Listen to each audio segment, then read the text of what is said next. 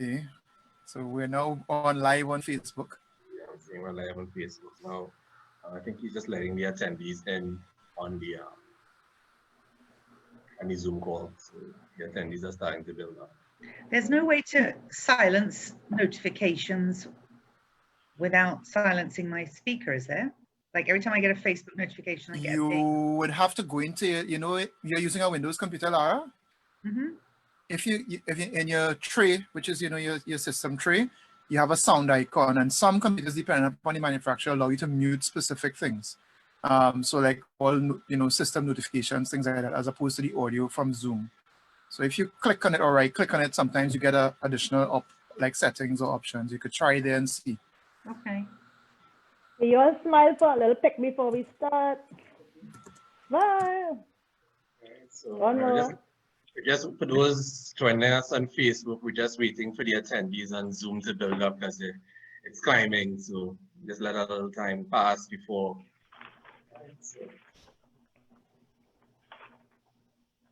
Welcome everyone who's already here on time and ready to roll.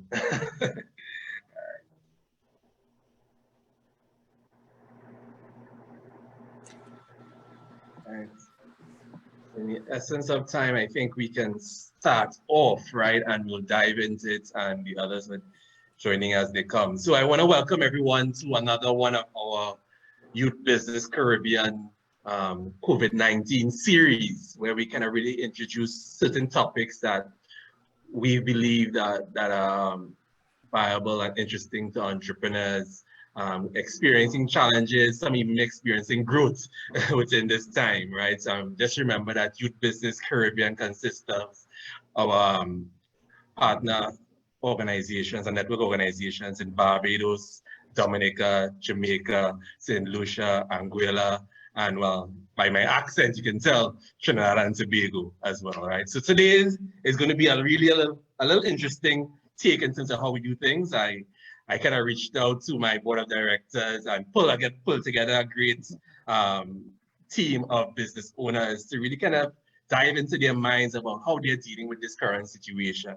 So with that, obviously, within 5 minutes, I got too many responses of our board members. So we had to select a few of them to kind of work with going forward. So before we start, allow me to introduce our host for today, the Chief Inspirer and Lead Consultant for Ion Marketing. She's broadly recognized as for her unique approach to digital marketing and branding strategy. And if I remember correctly, it's how she helps companies build meaningful connections between people, product and service, and profitability. So with that, I would like to welcome Natalia Alcantara to the table. Thank you very much. Thanks, Geddon. Welcome to our panelists who are here this morning, to our audience registered on Zoom, and our Facebook Live audience, as well as the extended YBC community in the region. If you are joining us from anywhere in the Caribbean, I want to invite you to jump on the chat and let us know where you're from. Welcome to you all. This week, we are all emerging from Geddon. And we're still unsure if it's safe to come out or not, but inside we're stifling. We're craving community, communication, and of course, KFC. We have big questions. What happens now? What are we going to do next? And when will this really end? As a matter of fact, one of the biggest questions we have is, what will be the final outcome? And what will Trinidad or even our businesses look like when this is over? For some, it's the opportunity to birth new business. And for others, it's the burial of their dreams. Today, we want to invite you to join our conversation. We want you to type your question and answers in the section that says question and answers. You might see it on your screen. If you're on Facebook Live, go in and type your question. We have a panel. We will be addressing your questions and answers. As a matter of fact, Geddon, are you there? How about if we offer $20 US towards the advertising budget for Facebook for any one of the questions that we select that's really outstanding. Could we do that? Well, I could never refuse you, Natalie. You come with too much positive energy, so let's go. All right, fantastic. Okay, so start asking your questions. We are going to be offering 20 US. I just got approval, and we will apply that to your Facebook budget to help you get going and communicating with your digital audiences. So we're going to chat with 3 business owners today on our panels. These are owners and entrepreneurs themselves who are navigating this new territory. And they're going to be willing to share some of the emotions and next step actions that they're going to be taking, and also how they mentally reset and restart as we're getting accustomed to this new normal. Now let's start with Marcus Santos. Sorry, Marcus. Marcus, you have been, let me introduce you first so that everyone gets to know who you are. Marcus, you are the Managing Director of Fresh Start Juices. It's a growing family-owned agro-processing company specializing in fresh juices and fresh juice concentrates. Your business was founded since 1994, so you're around for a long time. You've been involved in every aspect of the family business since its inception.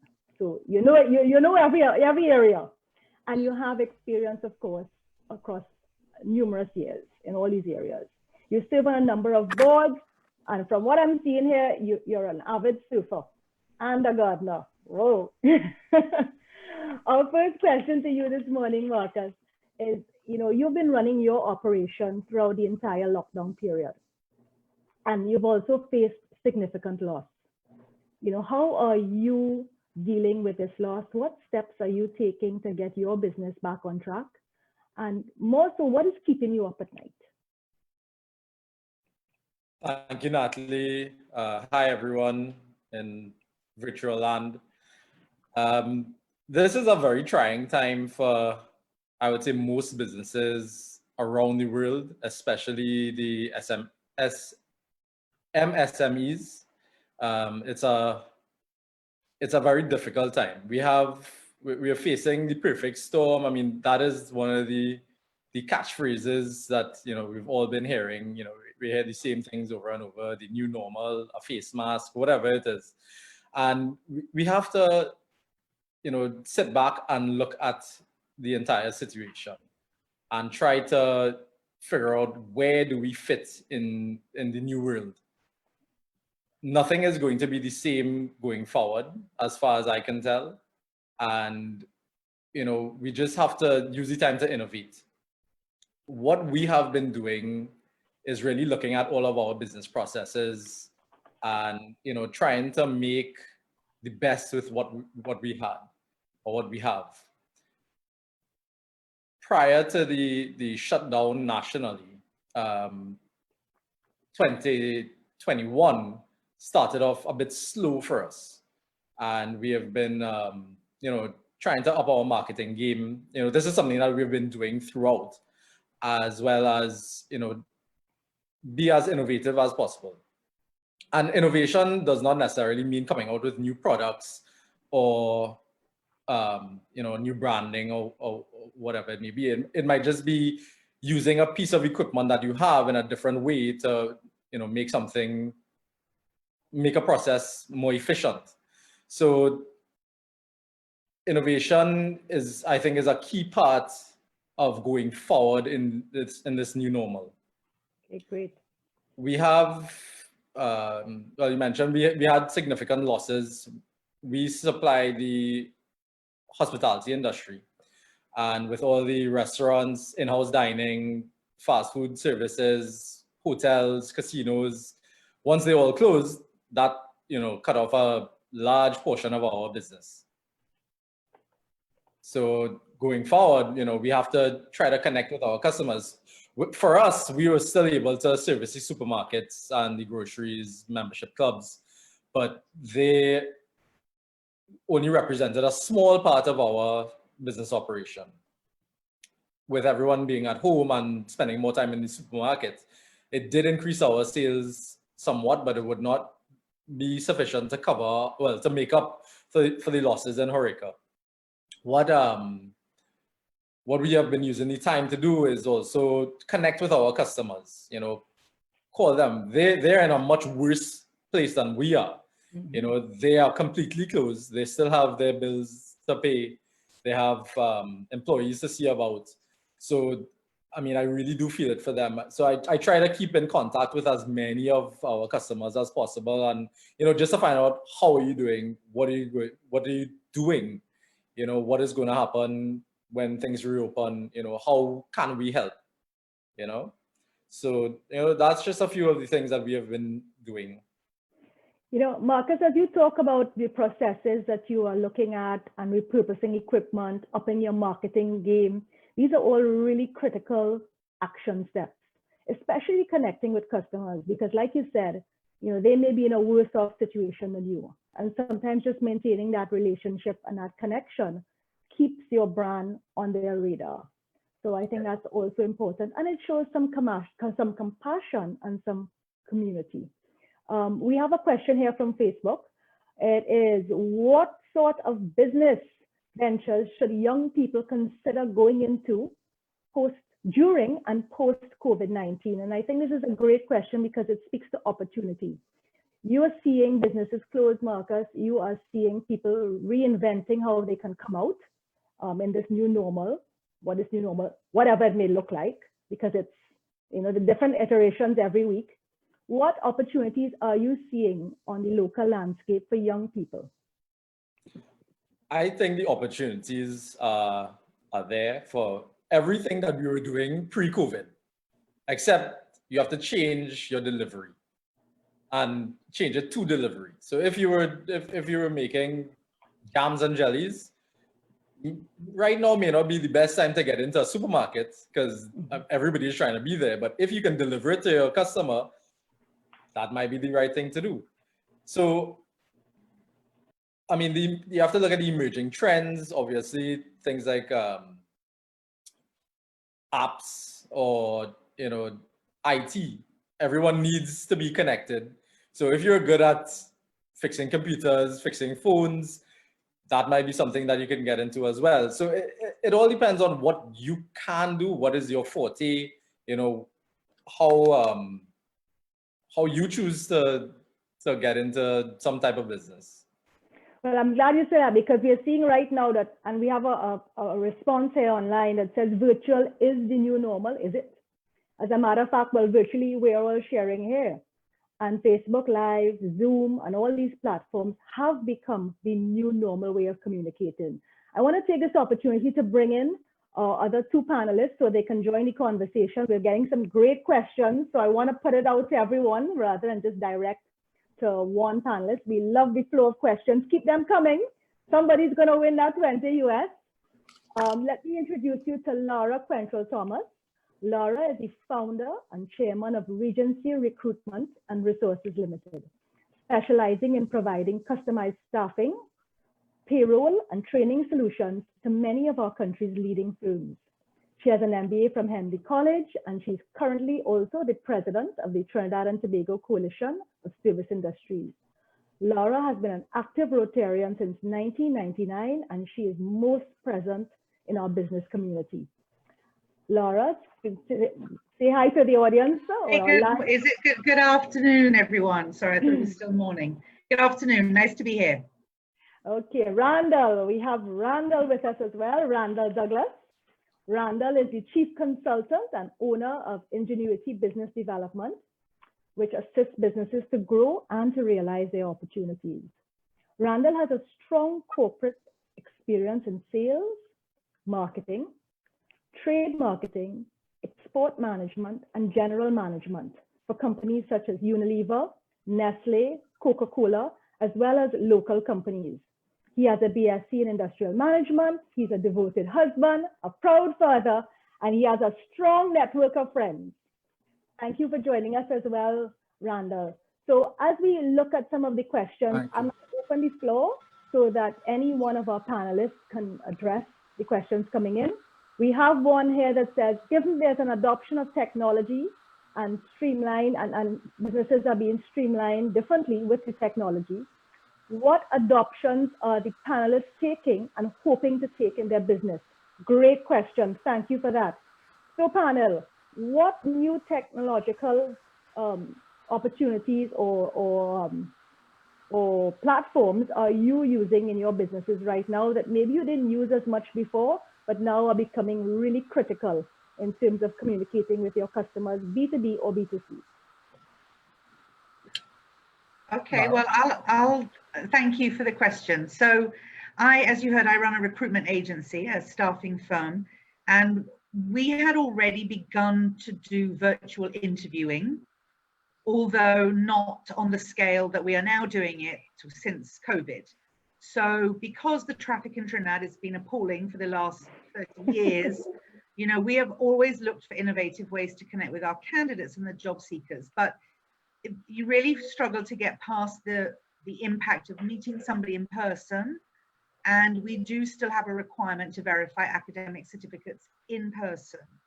So it is a little tricky for us to go fully virtual with interviewing because the screening process does require at some point a verification of actual physical academic documents. But the majority of the process can be done with technology.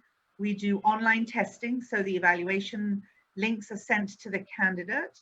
The challenge there is that you're then it's difficult to prove that the candidate is the one who answered the questions because it could be anybody in their house who's taking the test. So, you know, even though we have done online testing for a long time, we used to have candidates come into the office to actually do the test so we could see that it was them who actually did it. So, you know, we're working through, we've used technology for a number of years and now we're obviously using it a great deal more. In terms of connecting with our clients, we've been having Zoom meetings with clients just to update on different business solutions and business arrangements. A bit like Marcus, a number of my clients, their businesses obviously were impacted as well. So, and recruitment is one of the first things that people stop doing whenever there's a crisis or a recession, right? Jobs simply dry up. And in fact, even before COVID, we had seen a drop in the number of jobs. I mean, everybody knows people looking for work. It's not a new thing, but it's now been exacerbated by COVID. So we have been trying to convince our clients that rather than sending home people permanently, that we put temporary stopgaps in place. We've also been supporting people who've lost their jobs with the applications for grants. We're doing some training on job hunting skills. I'm doing a webinar partnering with some colleges to reach out to their graduates on how they can set themselves apart in the job market, because it's now going to be really, really difficult to get a job.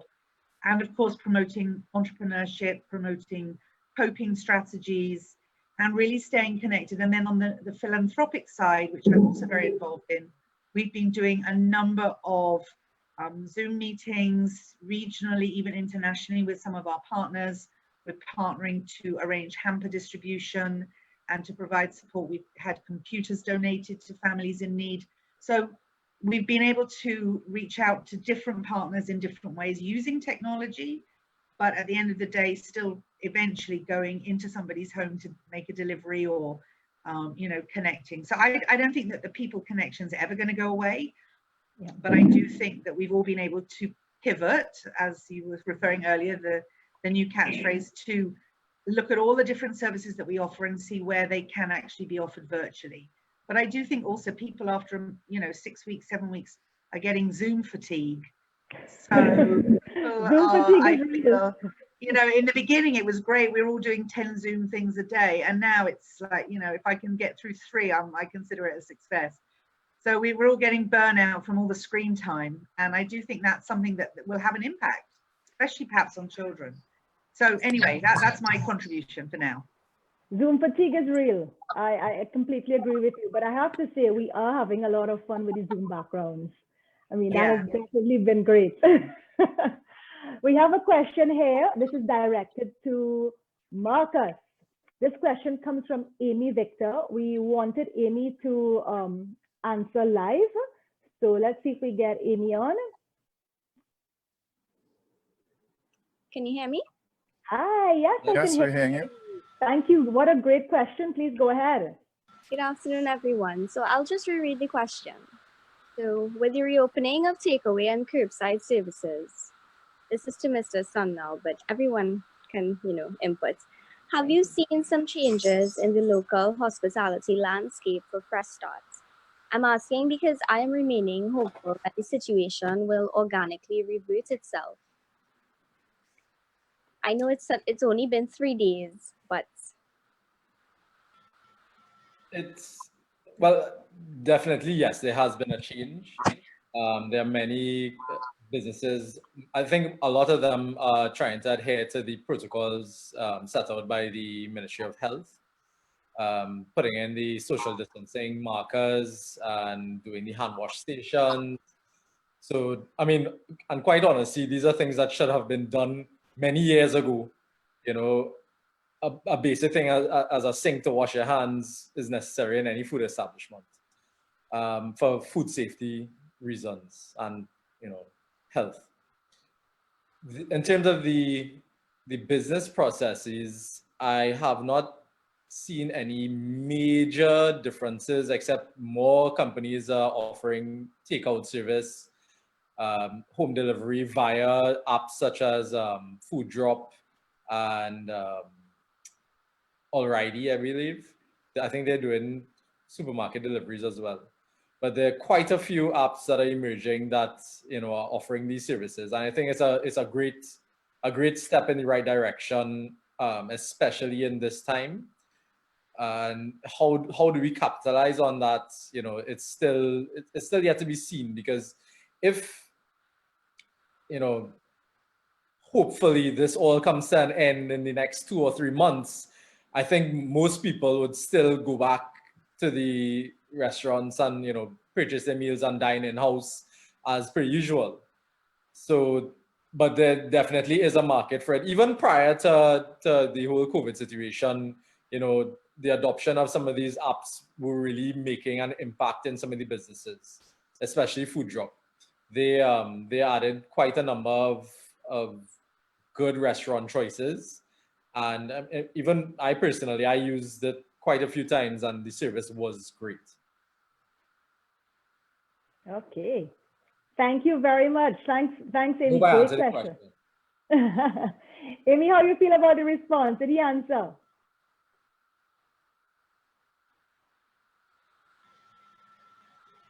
Okay, so let's move on. We have another question. Yes? yes, the response was great. Everything was covered, and I do agree. I too am being a bit more active with the advent of the food drop apps and the home delivery apps. Fantastic. Very good. This is a time to adapt. I mean, adaptability is actually what is going to keep everyone up and running. So we really have to all find ways to still engage in our markets and to still operate as best as we can and under the whatever conditions that continue to emerge. Before we take our next question from Castellano, you know, one of these things Marcus was speaking about is also delivery. And I think we had a question earlier on where, you know, someone was asking what are the opportunities for young people who may want to start a business, or maybe if you've, you know, lost your job during this time, unfortunately, and you want to do something in the interim. Delivery is a really good option. We see a lot of companies now looking at how they can get their goods to their customers. And so delivery is a nice option if you are considering what you can actually get into. So just to throw that out. I just wanted to make a comment though, and I'm not in the food products business, but delivery is good now because there's no traffic. Yes. Right. If it's lovely because I've been taking advantage of delivery services, but if we go back to everybody on the roads again, I'm not sure how effective the delivery of services are going to be. But for now, yes, 100%. Yeah. There's something I wanted to add as well too. I spoke about communicating with your customers, but I think it's also very important to communicate with your competitors. We're all in the same situation, and you never know if you may be able to join forces with a competitor and actually become more competitive together. You know, the clustering of industries, I always believe, is important for the development of any particular industry. You set the standard for, you know, anyone to enter as well. So that is something that you should also, I mean, I've been trying to, you know, contact some of my competitors to hear how they're going. Also, you know, get some insider information as to what they're doing as well. you know, but it's also how can you help each other through this time. An excellent point, Marcus, because, you know, a lot of the times we feel that all our little secret sauce strategies are really secret sauce. Yeah. But I think now is the time for true community and collaboration. And the people that come together to emerge are the ones that are actually going to see success. Correct. It's no longer about just keeping everything to yourself. It's really about having a different sort of service-based attitude. How are we going to serve our nation?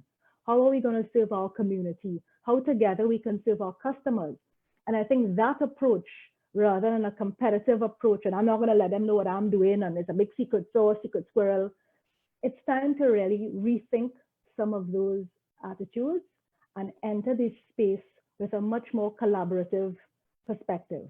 So great point. I have Kes Sedeno. Kes, could you unmute yourself, or should we unmute you? Yes, there you go.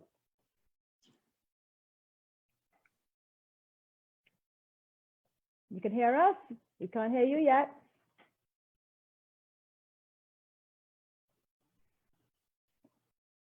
Kes, you can hear us at all? We're not seeing you, but I can ask your question if you like. So let me put Kes's question out to the panel. So you know, time is of essence, so we want to get as many as possible. Kes has asked, how can a business which depends on close contact and interaction with customers, such as team sports, innovate? That's an excellent question. That's a $1 billion question. That's a $1 billion question right there. Well, I can Randall, you take that one. Yeah, I could take a stab at it. I actually have a couple of clients who are in sports, some in gymnastics, a couple in other sports like basketball, different things that people have been advising and so on. It's really difficult, obviously, because it's a contact sport. But as I tell people, and we've heard it mentioned here today, you have to have a plan B and you have to have a plan C. Plan B is really where you take your current business model and look at how can I change it or innovate it in a way to deliver what is the core need or the core benefit to my consumer. So if it is that people want to learn about basketball or play a sport, we've seen people both locally and foreign use the Zoom tool, use online tools, which is not always the best thing, but to do training. My daughter, for example, belongs to a basketball camp. We've done online training since the whole thing started. And I mean, they have, they paid for their Zoom, they're using the fees to do stuff like that, and they're doing it. So I think for any close contact business, you have to look at that. Obviously, there's some things you're gonna have to adjust. When and if the minister and the medical officials say, okay, you can get back out there, what will be the governance? And I think it has to be taken in front. You have to take it front and say, maybe we can't have close contact in terms of drills, but we can have 4 or 5 people moving, spaced apart, doing a drill or doing something, but not necessarily in contact. They may have to have a ball of their own, or they may have to have their own tools or use their own things. There are things like that you have to consider in this time to at least keep your business going in terms of, participation, keep your fees coming in where people are using fees. And I think that's what the plan B is. The plan C that I think I heard Natalie kind of allude to is, and she used the word sometime and I use it as well, pivot, where, okay, if I can't do this at all, what can I do that my skill set benefits? Is it just like virtual training where we talk about theory or we talk about other things? Is it that we're into sports, so we do things that are sport related that again online, we're using videos and things like that people could use, whether it's sponsored videos where getting money or people pay a minimal fee, things like that. I think you have to think of it differently, but certainly until guidelines come out, or even when they do come out, finding ways to use the tools, using the virtual tools, but also finding ways when we are out to use that spatial distance, not social, but physical distance, but I'm calling it spatial distance, and when we talk to our clients, to kind of separate and keep people apart so that people feel safe, for their children or individuals feel safe, but they can still participate and you could still make some money as well. Thanks, Randall. Fantastic. That definitely is the $1 billion question. And I'd also like to add to that. I mean, if you are offering a close contact sport, an opportunity could be that you can fine tune some of the skills of the team members. So whether it be when they are home, they're videoing themselves in terms of what they're, if it's a cricketer, what your button is like, what your arm movements are like, really taking the opportunity to fine tune skills using that virtual space and using video so that you can start to correct that muscle memory and have them practice it and sort of change and adapt their style. So when they get back out on the field or when they get back out as a team player, they can actually apply some of those new techniques. So as an interim measure, that's a great way to train. It's how many people train all over the world. Sure. And I'm sure it's being done now anyway, but right now it can be optimized. But could you not also do one-on-one coaching? I mean, in person, because I know we're not supposed to have 5 or more people, but if you, split your team up and said, okay, I'm going to be on the field, on Monday and 10 o'clock, you come for an hour and 11 o'clock. So then they're getting some physical exercise, one-on-one coaching at maybe a reduced fee or whatever. But to your point, Natalie, so they can improve their skill, but you're staying connected to them. But I think the virtual part of it it was very exciting and interesting and innovative in the beginning. Yeah, and now people are kind of itching to get outside into the fresh air, especially young people. So I think there may be a way, again, with just 1 or 2 people where we're not touching each other, but we could still engage in something out externally, I think. Sure. Absolutely. Absolutely. We also, and you're talking about getting out there, we have, Kes actually had a second question. He was asking, do you see working from home as a benefit to your business? And if yes, any of you, if yes, do you intend to implement that work from home policy post-COVID? Great question. Especially with traffic, Laura. Yeah. Well, I think it varies by business type. So for example, in Marcus's case, working from home doesn't really benefit him because he's a manufacturer. Obviously. Yeah. Sorry? I can't make juice at home and bring it to you. Well, you could, but I don't know how much they would like that. But no, and certainly, I mean, if you're a service-based business that you need to be involved with people, I think on one of the question answers, somebody was asking, I'm in cosmetology, what do I do? Obviously you have to work in terms of, whether it's makeup and that sort of thing, or working on people's skin. I think some of those things ultimately, unfortunately, will have to wait until there's a more relaxed atmosphere, and relaxed meaning that they allow people to go back out, and we may have to have a lot of, physical, whether it's masks or gloves or other things that we use. But I think working from home, to answer the question, is beneficial to some people to be able to focus, maybe see what people really are about in terms of what you really need to be, what's your core product, what am I really delivering? Some people realize I have a client who's was doing transport, and they say, listen, what am I really doing? I'm really just moving things from one place to another. So now they're transporting everything. So it's whether it's people, whether it's whatever. So answering that question is important, and working from home can help gel and sort of focus you in on that. But as Laura said, ultimately, depending upon your business as well, and just human nature, we want contact and you need contact.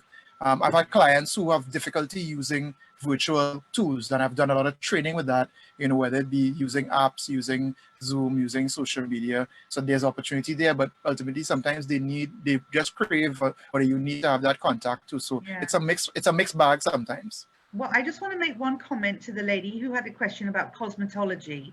Sure. Because I think, yes, that's one of the highest risk type of businesses, and that's probably going to be one of the last to reopen. But in the interim, you could offer one-on-one virtual consultations with your clients for a small fee. So, and where you actually could walk them through a skincare routine, or help them select products online. So I do think almost like people have done this virtual shopping, which was happening way before COVID. Where you show them your wardrobe and they do your colors and all of that. There's a number of ways you could consult with clients remotely to then just stay connected with them, and then when you are able to reopen, they can come back. To answer the larger question, we had already implemented some work from home even prior to COVID, because we have a limited amount of space, so we share the space, and how we use it, we've had some work from home. We've been able to transition all of my team to work from home. There were a couple that did not have the technology, so we had to provide it. And I think that's really the challenge, is that, for many companies, the work may be able to be done at home, but is the home environment secure and conducive to productivity? You don't want people working on, national security issues, and their 6-year-old is using the same computer, right? There's all kinds of challenges with that. Secondly, should we be asking people to use their own computers to do business work? So therefore, do I have to buy laptops for 50, 60, 100 staff? So I think, yes, the big firms maybe have it already, they're good, but for many of us, there is a cost attached to just having everybody work from home. Plus, we still like the community of coming together and having meetings together and so on. I think what we're going to do once we go back, we're not physically going back until the moment the 1st of June, but that may now be the 7th or the 8th because of the phased approach.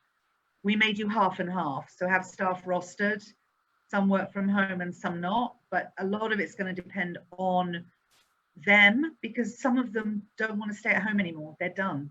And at home, you know, it varies. As you said, an assessment needs to be made.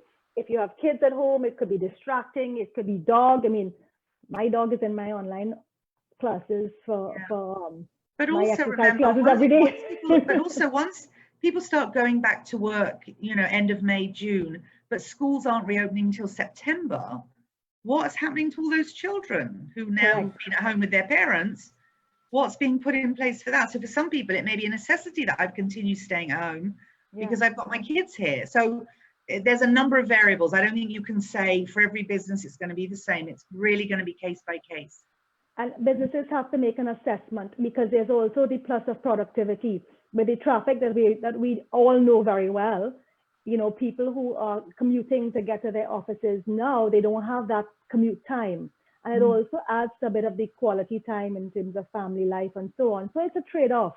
And I think businesses have to take the opportunity to really make the best assessment as to what can work for them. And also from a security point of view, as you mentioned, Laura, you know, whether it's okay to have information just, you know, open at home. So it's a lot of consideration that has to be put in place. I have an excellent question here from Paul Saran. Paul, jump in. Let us know what's happening. What's your question? Hi, good afternoon, panelists. Okay, my name is Paul Saran. I operate Delgado Consultancy Services. I am actually in the travel sector, and actually our organization do the visa application services, so many different types of visa classification. Noting the fact that because travels and cruises are not really applying right now, and different countries' borders are presently closed, right? And it will differ from time to time when they are opening, right? So we have to be careful in terms of safety and precautions measure, right? How do my business move on from here? Because I am in a position where people will only apply for only business or emergency reasons on studies, but then the more tourism aspect of it, it will be on a downfall, right? And so my business is in a shambles, and I am very scared about it. Yeah. Anyone want to take it? I can take a stab. Okay. Paul, you are not alone. That is, I mean, many businesses are in the same situation as you. I mean, you are in travel industry, and that is, you know, probably the most impacted globally. But what about local tourism? Is that something that you can look at, you know, maybe compile a listing of all the local tour operators? Because people still gonna wanna travel and do something and do some sightseeing, and we can't leave the country, so we have to do it here. So maybe that could be something that you could look into. I think also I would add, I mean, there's definitely going to be even regional travel. You know, they've been talking about these travel bubbles. There was, the BBC had an interesting conversation about that this morning, where people in countries in Europe are only opening borders to the neighboring countries where there's very low COVID. So, you know, so Switzerland is only allowing tourists from Germany and Austria, but they're still creating a little tourism bubble. So I do think there's opportunities for us to have bubbles within Trinidad, right? So I'm coming from South to come and see the new Red House or the new President's office, or, well, if she lets us in, or whatever it might be. But I also would suggest to Paul that, you know, now is a good time again, perhaps to develop a training module or some sort of teaching where you teach people now how to fill in the forms, to apply for a passport, to apply for a visa, because, you know, those things take time, they do require expertise. So why don't you develop in the interim a training program where before people start to go back out and mad rush to line up at 4 a.m. for a passport, here are the forms, I'm going to walk you through step by step, take your questions, how to fill it in. So, and whenever the offices are reopened, you can go in, or how to apply online, how to, you know, what are the requirements. I think now might be a good time for people to focus on that. Also, that's actually a great response, Laura. In addition, what you can do, Paul, is that I see online a lot of companies that were involved in travel are offering people virtual experiences. So maybe you wanted to go to somewhere that you've always dreamed of going. you can in fact have a virtual experience. And if you in fact share some of the links, some of the sites, and share that information to encourage them to have a virtual experience, for now, I'm not saying forever, but for now, that can help you provide value. It's really about how you as a business can provide value at this time to your customers. And I think it's an important note, and that's really important. Somebody just talked about volunteering. These are not necessarily things you're going to get paid for. Yeah. So I appreciate there's a cash flow revenue conversation, but it's also a really critical time to stay relevant and connected. So you might have to do some stuff for free. I'm afraid we've all been doing it. I mean, none of us are getting paid this morning, as far as I know, but you know, we're doing it to keep our brands alive, to keep our faces out there, to stay connected with potential customers. So how you treat people now, I think, will build your business in the future. And that goes back, Laura, great point. You're right. It's about building the business, but building that community. And really, the brands that build community and help build back the nation are the brands that are going to stay. So being a part of the conversation, maintaining conversation with the people who were doing business with you before is really, really important. And finding ways to help them also navigate. So yeah, you wanted to travel. Yes, they were lining up for their visas, but maybe now all of the dreams that they had in their minds, you can actually help them see some of those places virtually before they actually get there. So great question. We have a question from Randall. It's from Amy. Amy, are you prepared to answer live? If not, Yes, I can. Yes, thank you. Go ahead. So the idea of essential and non-essential has created a big disparity around this time. Many local business owners and many corporate giants have been able to innovate to become essential. So they were able to operate now in order to buffer their cash flow. However, smaller businesses do not have that access to that level of cash flow to innovate so quickly. So, Mr. Douglas, would you be able to comment on how small businesses in the manufacturing and distribution sector can model these larger corporate giants in Trinidad and diversify so as to cushion themselves for the next worldwide disaster? Great question. Good question. I think it's two different, or the two aspects of it. First of all, the government, I know, is saying that they're going to be offering certain facilities. Now, it would be great if they could say we can give grants to everybody. And that's something that we have been actually speaking about as YBTT. How can that happen? How can we encourage that? So, or to small business specifically. But in the interim, I know they have spoken about trying to give low interest or next to no interest loans and defer repayment for a year or more to allow people to get back on their feet. So that's one thing. Even if it's not the perfect solution, there's something there.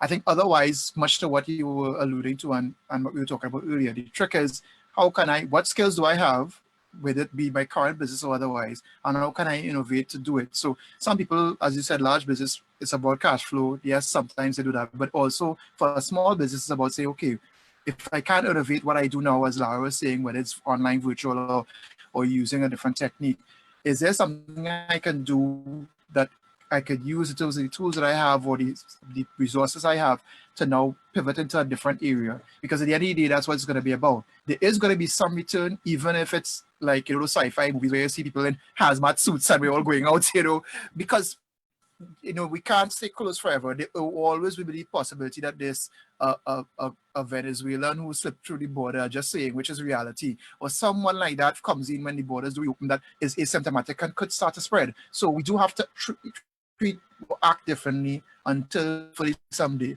So in the meanwhile, but in the meanwhile, I think from your point of view, what you're asking, you have to figure out, can I use any tools, raw materials and so on to pivot into something new? Do I have any skills that I could do something new? And in terms of cash access or whatever, as Marcus was saying, are there people to lean on, just like YBTT, not necessarily a competitor, but YBTT or other people where I can either get, if I can't get, free, at least I can get, if the facility is available, something that's low or no interest or deferred that allows me to get into something else and build back, because that's just going to be the reality. And Natalie alluded to it earlier when she said for some businesses, it's a burial, which is not what we want to hear. But it may sound very cliche and corny, but where there's life, there's hope to do something and figure out something different. Whereas we've seen it, that I've had family in the US who have been sick. I've had friends who work in the public health sector, in the health sector in the US, and so on. And it's real. This is not a joke. And therefore, we have to say, how can we do something differently to make it happen? And if I have life, I can try and do something differently, even when it take me a little time. And hopefully I can use the grants and all these things that they've been using available, to tide my time while I build back up. I just want to add one thing. I just want to add one thing, and that is to think about bartering. Yeah. So there's been a number of small businesses around the world who are not getting any revenue. In fact, many businesses, even in Trinidad, are using the opportunity to barter. So for example, instead of paying Natalie for social media services, I could exchange some training on resume writing for 3 hours of her time to help me with my social media strategy. So we each have a service that the other may wish for. We're not paying for it, but we're exchanging the service. There was a wonderful story about they're doing it a lot in Fiji and Togo and small islands that have been really impacted by tourism, the decline in tourism, exchanging 2 piglets for a kayak, right? Or hair braiding services in exchange for you fixing my car, right? So I think we need to be, and that may even be something that comes out of after COVID, because it's going to take a while for us to get our businesses up and running. But maybe somebody has a service that you need, you can't pay for it, but I could offer you something in exchange. I don't know what it could be. Maybe even something in your house. You've got a piece of furniture that they've always loved, right? In exchange for helping you manage your Facebook page for a month. But this is how you have to be a bit creative if you don't have revenue or revenue's compromised. And I think a lot of us have been doing that. We've been trading services and products, and I think that sort of bartering mechanism may be a way or something to look at. Excellent point, Laura. And actually, that's how society existed from early times. It was always trade and barter. And That's right. as we go back to some of those traditional forms of how life existed and how it existed, beautifully, that is actually an excellent avenue. Yeah, and but not wife swapping or anything like that. That's not one. not about bartering your husbands, although that may help you get through it. I don't know. But I also want to add, it's important for you to use what you have. And sometimes it's hard to think, well, what do I have? You have this. And first of all, this mental mindset and being able to put yourself in that position of hope that Randall just spoke about, that's really, really important. If you stay in the doom and gloom and, oh my God, my business is crashing, you're never going to be able to step out and find solutions. You're going to be part of the problem. And as entrepreneurs, what you should be looking to do is identify the problem and then find a solution, right? So use what you have and also use your network. And just to tie back into what Marcus said, collaboration. Use the build relationship equity with your competitors, with friends, with people you've worked with before. This is a time for people to actually get together and help each other. And nothing is wrong with reaching out. Reaching out doesn't mean that you failed. Yeah, I'd like to add something to that. And I agree with Marcus 100%. In fact, we've been collaborating with the other recruitment staffing firms to offer our services as a group to the Ministry of Labour to help get nationals re-employed. So I think you could think about the services that you offer, and maybe there's a part of the government, because everybody expects the government to fix it. I need a grant, I want money from the government. And that's part of it, obviously. But think about, how could I work with the government or a particular ministry or even my MP to be of value to my community? I could offer some services, I could reach out. And some of us have been involved in the National Economic Recovery Committee, trying to be part of the solution. But even on a more personal basis, on a more intimate level, you could speak to somebody in a ministry, somebody in your MP's office, and offer to be of service, not political, but just because you've got to be part of the nation building that, rather than just holding out your hand and saying, give me, you might get a grant, you might get a loan, and all of those things are available and marvelous. But I think it's sort of quid pro quo. So, I give to get and get to give. Great. We have a question from Pearl. Pearl, are you able to unmute and ask your question live?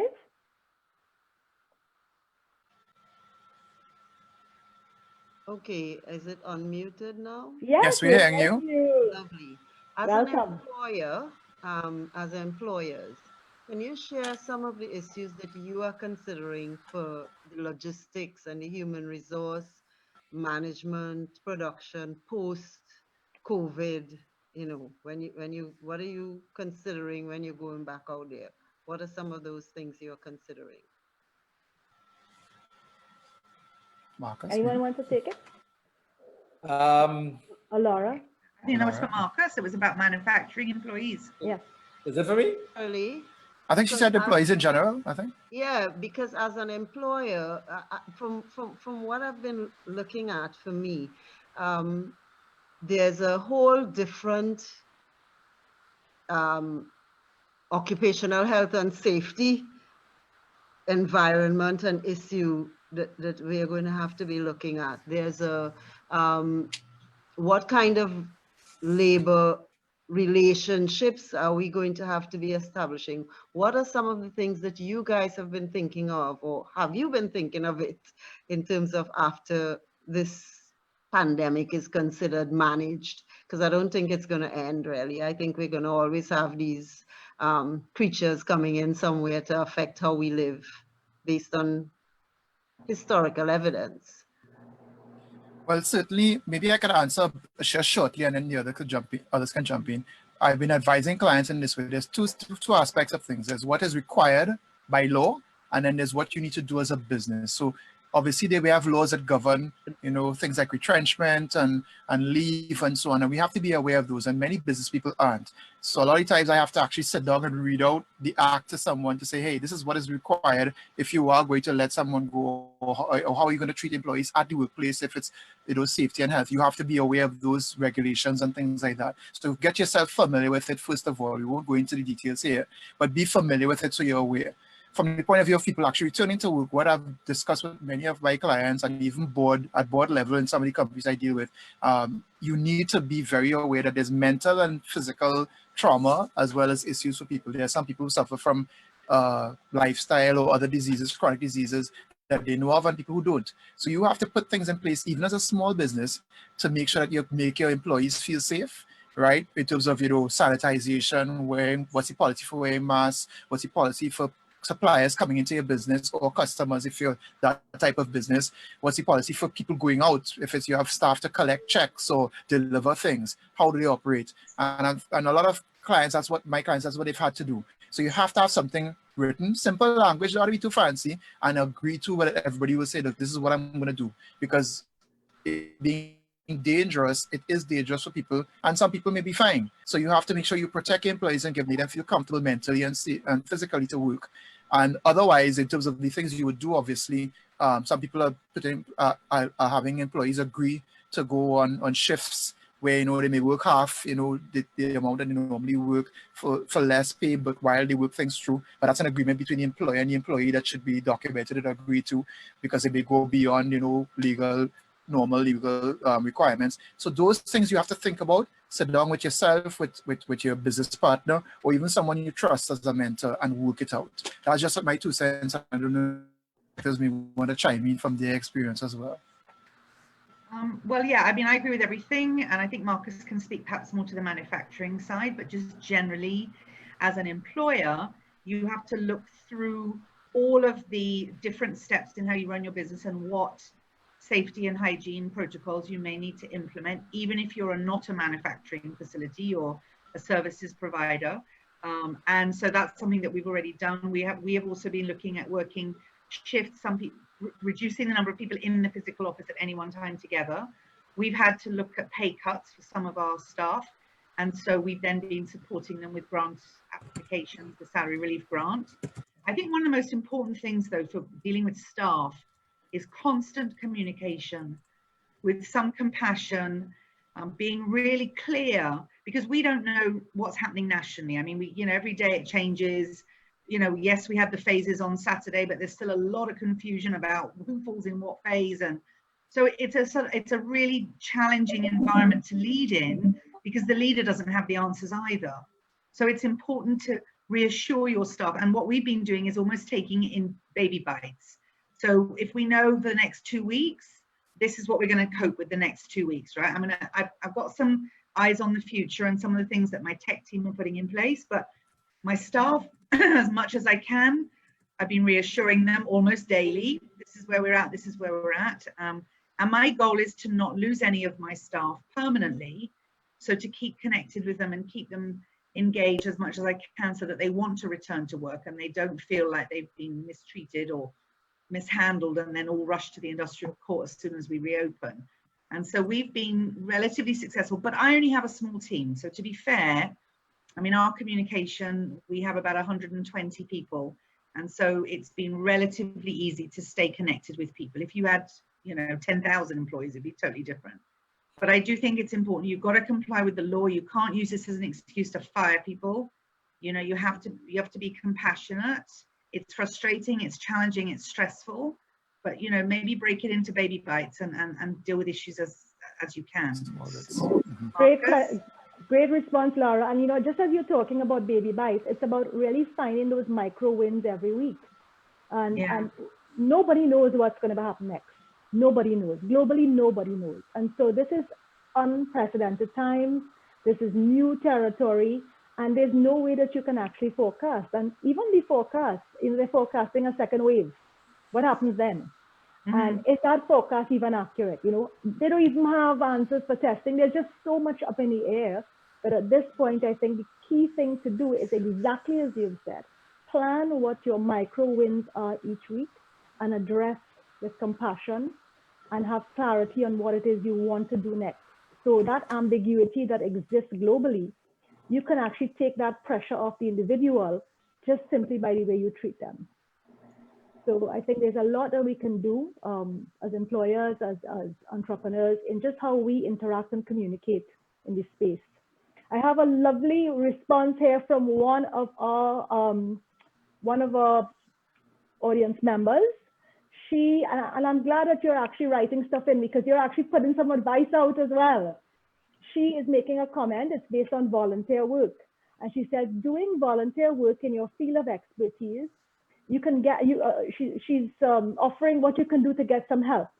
So she's a transcriptionist and she signed up for a volunteer program that Harvard University has because they want to get some of their documents archived and into text format. So yes, she does need to earn. And yes, she does need paying clients. So she has stepped outside of our borders and found a way to work from home comfortably doing what she does. So this is a great example, and I want to thank you for sharing that because sometimes these simple little examples of what other people, what they're doing can actually help us do the same or take the same methods in terms of our approach to what to do next.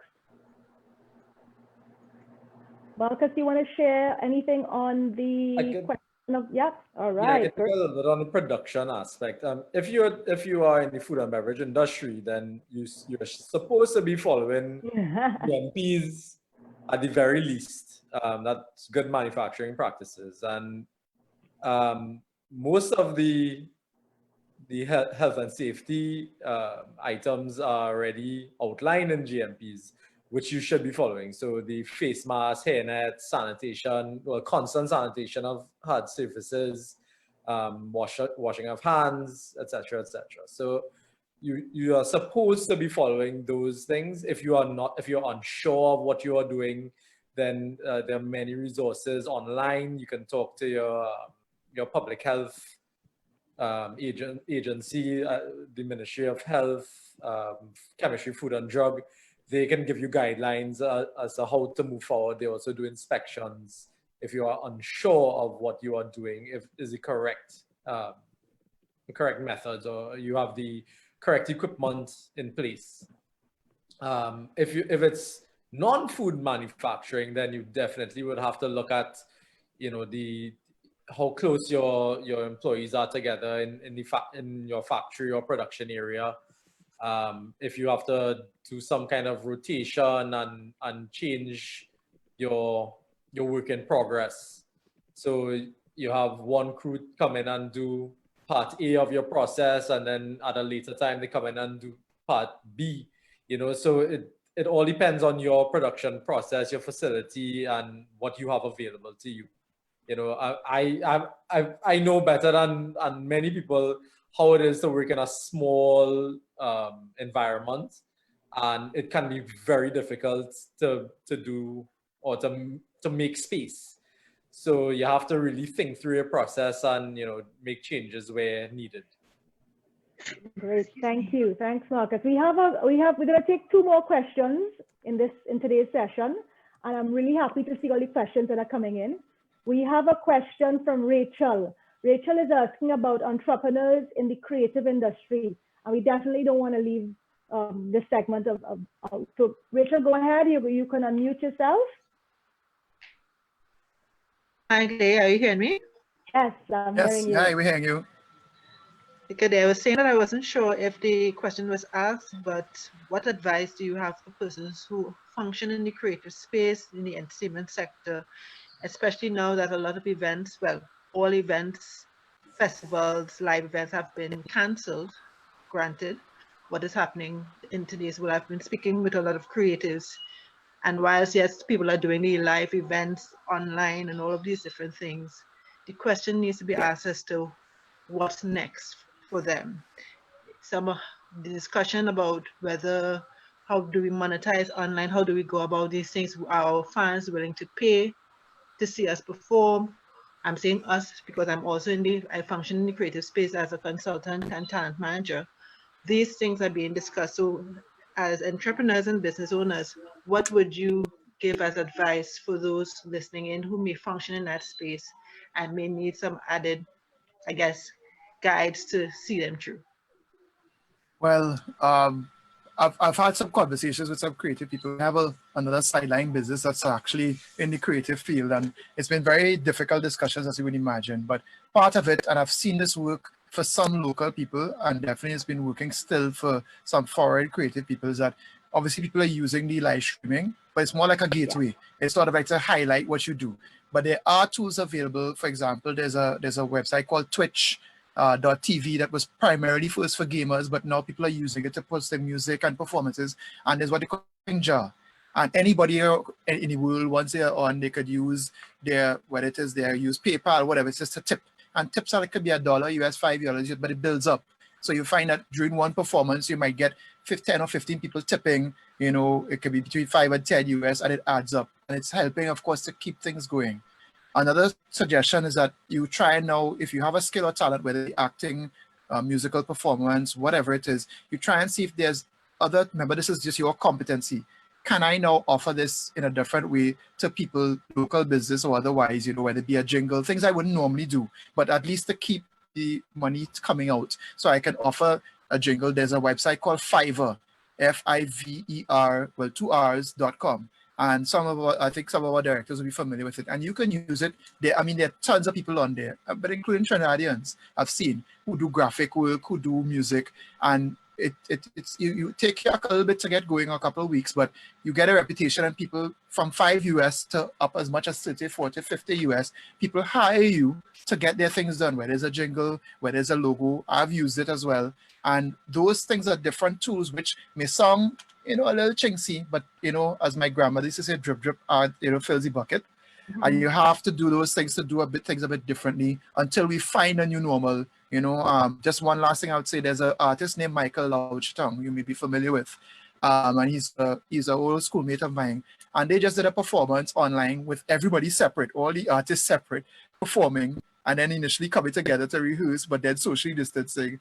And then try to, of course, now use that to get, you know, they got some sponsorship, I think, in some cases, because they got sponsorship. They also got some people donating money to putting up their bank account numbers, things like that. You have to, now, I always say this, Trinidadians we are the most innovative people, in my opinion. And if we use that innovation to say, okay, how can I do something differently? We can find a way. And that is, for the creative industry, it's tough, but there's ways that people have been using it, and I think we can use it too. Yeah, I would just add, I just want to add, and I agree 100%. In terms of collaboration is really important. So for example, writing the music for animation. There's a ton of animation being done in the Caribbean, really amazing creative talent. Why don't you reach out to the animators? They have a network in Trinidad, and offer to write the music. In fact, I have a family member who writes the music for Angry Birds and has done for years. He works in Finland. and they do everything remotely. I don't think maybe he met them first at the beginning, and after that, even before COVID, it was all done in his studio at home. So I think working with film, working with, as you say, jingles. The other thing is, and I've seen this where you perform online virtually, but you have a sponsor or a partner, and that helps raise both profiles. So your partner could be a local store, it could be Fresh Start Juices, you know, we're brought to you today by Fresh Start Juices. That's a great PR for them to be aligned with a performing artist. And the other website I wanted to recommend is WorkUp. So just generally for anybody out there who has consulting skills, talents, administrative skills, writing skills, you can actually be registered on WorkUp and you can work globally, provide your services globally as a professional. Go and have a look at it. There's tons of opportunities. You can earn 15 US an hour, you can earn 50 US an hour. I know clients, I have clients here who are using professionals cheaper, if you can believe it, from, you know, Ethiopia and Estonia to do their social media than buying local, because it's all done virtually. So you need to kind of get into that headspace now. We'll get back to concerts and carnival eventually, but in the interim, how do you offer your services, make a bit of money using the virtual networks? Absolutely, great points, both Laura and Randall. As a matter of fact, creatives, you all need to get online. You all need to go digital. It is critical at this point. It's critical for you to be able to stay relevant and also build your brand, but you also play a very critical role in helping brands communicate to their audiences. You know, your humor, whether you're acting, whether you are a performer, you actually can play a really, really pivotal role in helping brands communicate. And we have a particular way of communicating in Trinidad, which really connects us to each other. And there's an opportunity for you, but it means that you actually have to get online. I mean, I've been following this DJ Nice, D-Nice, who just started off on Instagram. He started off simply playing music for his 200 friends. And as Randall said, it turned out to be a gateway for him to build an absolutely huge global brand. He's now doing merchandise. He's now been interviewed. He now has gigs everywhere. He has online virtual parties, Instagram parties. It's huge. But it's about getting yourself into a space where you widen your ecosystem and you have the opportunity to build your brand and the brand of others. So yeah, definitely. Get digital, get online. And just one last thing to add. I think there was a concert on Sunday, I believe, with it was in Barbados, where they had soca artists performing and so on. And they had a Zoom thing. And what they did is that they charged people to get the Zoom link. And to be, of course, in a Zoom, you can actually decide who's allowed to enter. So they charge people who wanted to appear on the feed, on the local TV feed. So, you know, you see people dancing up and it's like if there was a carnival party and winding up, and I was like, wow, you know, but that's how they found a way to your point about using the digital. So they charge people to get the Zoom link and of course to be allowed to enter and be part of the concert event. And those things, I mean, on smaller scales you can do as well. And Facebook will soon be offering something called messenger rooms, where you can set out that only certain people are allowed to come in, and that can be monetized as well individually in a small way. But, you know, as I said, a little bit adds up once you get enough volume, you know. Absolutely. We have one last question. I'd like to put it to Laura. We have someone that is asking, you know, they're thinking about having to temporarily lay off employees, and they want to know how to handle that correctly. Well, I think if you've been communicating with your staff all along, from the beginning of this all the way through, then layoffs should not be a surprise to anyone. It's happening across sectors, across businesses. The real way to do it is to do it with compassion. I would suggest, if you can, that you speak to each person individually rather than sending out an email to all staff, so that each person gets has a personal conversation with the CEO, the manager. If you can, if the team is manageable, you need to stress the fact that it's temporary, and you need to explain to them why. They need to understand what's been happening with revenue, what's been happening with demand, and how that's impacted your cash flow and your ability. And the other thing that's very important to share is that you are also taking a pay cut. You cannot cut all your staff salaries and the CEO has just bought himself a Ferrari, right? It needs to be that we're all in this together. I mean, I have clients and I know there are firms where the CEOs have taken massive pay cuts, much bigger than the staff, because they can afford to, by and large, or they would earn more than their staff. But it's really the symbolism of it that I'm also taking a pay cut, and again providing support with the grant relief applications and so on. So one of the things we did very early was look for ways to, we've done our deferral of our mortgage payments to help with cash flow, so that we did that before we impacted staff salaries. So we looked at ways that we could manage costs within the business first, and cutting staff salaries and laying people off is really way down the line as a last resort. So salary, so cut all the benefits first, right? We're going to get rid of health plan, lunches, transport, anything else, cut all of that first. Then if you can, you cut salaries, but if you're cutting salaries, you need to cut hours too, right? I can't expect people to work the same hours for less pay. Be very clear on deliverables, be very clear on expectations. And then if you have to go to layoffs, you need to explain why, you need to clear that it's temporary, and help them through the period. And as soon as you can, get them back on board, even if it's for a lower wage or fewer hours, but something. And maybe even in that temporary period, you could help them find work somewhere else if that's possible. But universally, it's pretty tough out there. Thanks, Laura. Great points. Definitely no Ferraris. I want to take the opportunity. No, you might even have to sell the one you've got. I want to take the opportunity to thank our panelists for contributing today. Laura, Marcus, Randall, your input has been extremely valuable, even for me. Even as we share together in this forum, we're learning, we're taking action. So thank you very, very much for sharing your time with us today. Thanks to all our Facebook Live contributors and our Zoom room questions. Fantastic. Those who shared ideas.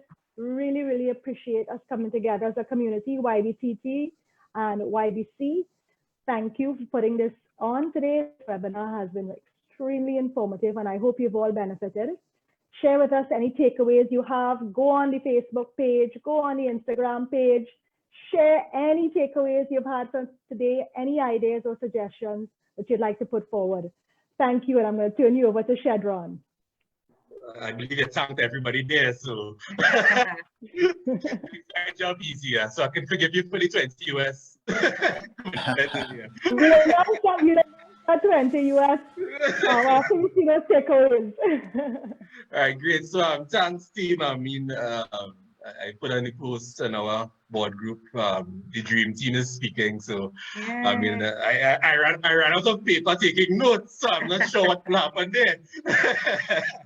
Right. So I mean, thanks, folks. It was good to see comments coming from the panelists, but also comments coming from the attendees, right? Because no one man is an island, right? And we need an entire community to help build each other. So if you see someone having struggles and you're an entrepreneur, it's something that you've been through, feel free to offer your opinion, right? What might work for you may help them, it may not help them, but at least it gives them some options to work with, right? And again, we want to thank our entire Youth Business Caribbean team, right, for helping us put on this webinar. So we have these webinars every Wednesday, same time, same place. It might be a different Zoom link, but same time and same place, right? So join us. But you can move from your kitchen to your living room to your bedroom, so get a little variety. And if you've benefited from this experience today, why not next week share the link as a watch party with friends who you think could also experience some good takeaway points and some good motivation in general as to what's going to be happening next. So next week, a watch party. Yeah, and I just want to tell everybody, don't be afraid of technology. There are a lot of people who will say, and they're all big, but don't be afraid of it, Trinis. We'll always be Trinis. We'll always love our culture and what we do, but use the technology, especially now and moving forward, to make yourself better as an individual or the business better. Yeah, and who's going to really thrive? Optometrists. When this is all over, everybody is going to have to get their eyes tested. So maybe now's a good time to train as an optometrist. Yeah, we'll all need glasses when we come out of this. Well, I'm seeing 3 out of 5 of us right now with glasses on. Right? So that's a statistic to work with. So again, next week we're gonna have Anguilla and St. Lucia take the reins in producing content for you. So join us next week and look out for the flyer and the content. So thank you for joining us. For those on live on Facebook, for those here on Zoom, I like to say it's been real, it's been nice, so it's been real nice. Right, so thanks for joining us. Stay safe, everyone. Thank you. Bye. Okay, bye. Bye.